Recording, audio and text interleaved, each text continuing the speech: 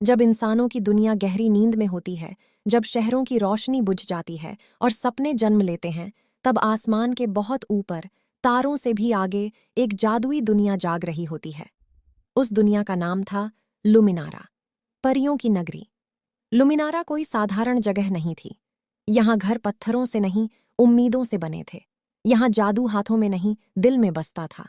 लेकिन हर जादुई दुनिया की तरह लुमिनारा के भीतर भी एक गहरा डर छुपा हुआ था। लुमिनारा में सैकड़ों परियां रहती थीं। उनके पंख सुनहरे थे, उनकी हंसी में चमक थी।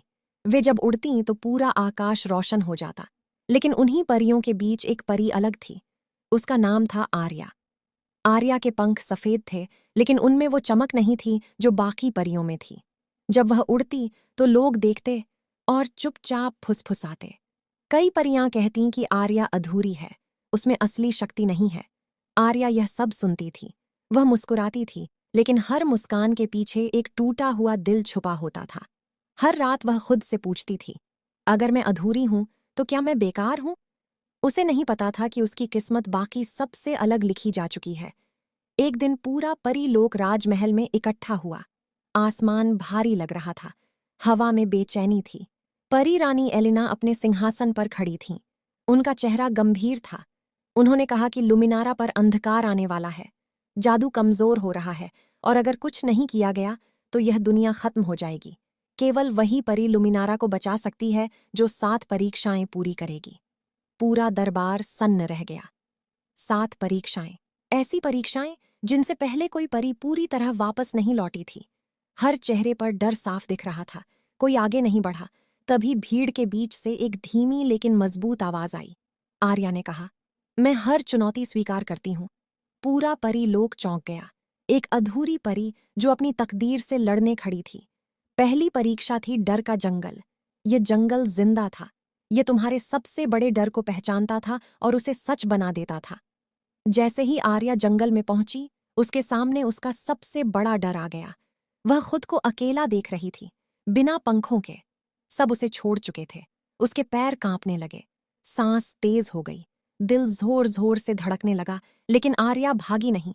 उसने डर की तरफ देखा और कहा, मैं तुम्हें पहचानती हूं, तुम मेरा डर हो, और आज मैं तुमसे नहीं भागूंगी। जंगल शांत हो गया। पहली परीक्षा पूरी हुई। दूसरी परीक्षा थी आंसुओं की नदी। यह नदी झूठे आंसुओं को पहचान लेती थी। ये केवल सच्चे दर्द से ही रास्ता देती थी। आर्या नदी के किनारे खड़ी हुई।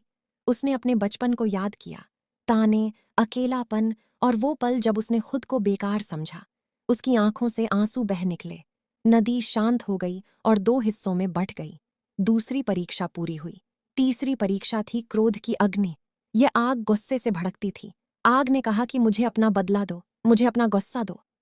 आर्या को याद आया हर वो पल जब उसने बदला लेने के बारे में सोचा था। लेकिन उसने आंखें बंद कीं और कहा, मैं बदला नहीं चुनती, मैं माफी चुनती हूं। आग बुझ गई। तीसरी परीक्षा पूरी हुई। चौथी परीक्षा थी सच का आईना। आईने ने आर्या को देखा और कहा कि तुम कभी पूरी नहीं हो सकती, तुम कमजोर हो।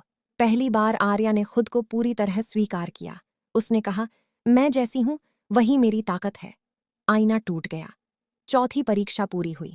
पांचवीं परीक्षा थी अकेलेपन की हवा। चारों ओर सन्नाटा था। कोई आवाज नहीं थी, कोई साथ नहीं था। आर्या डर गई।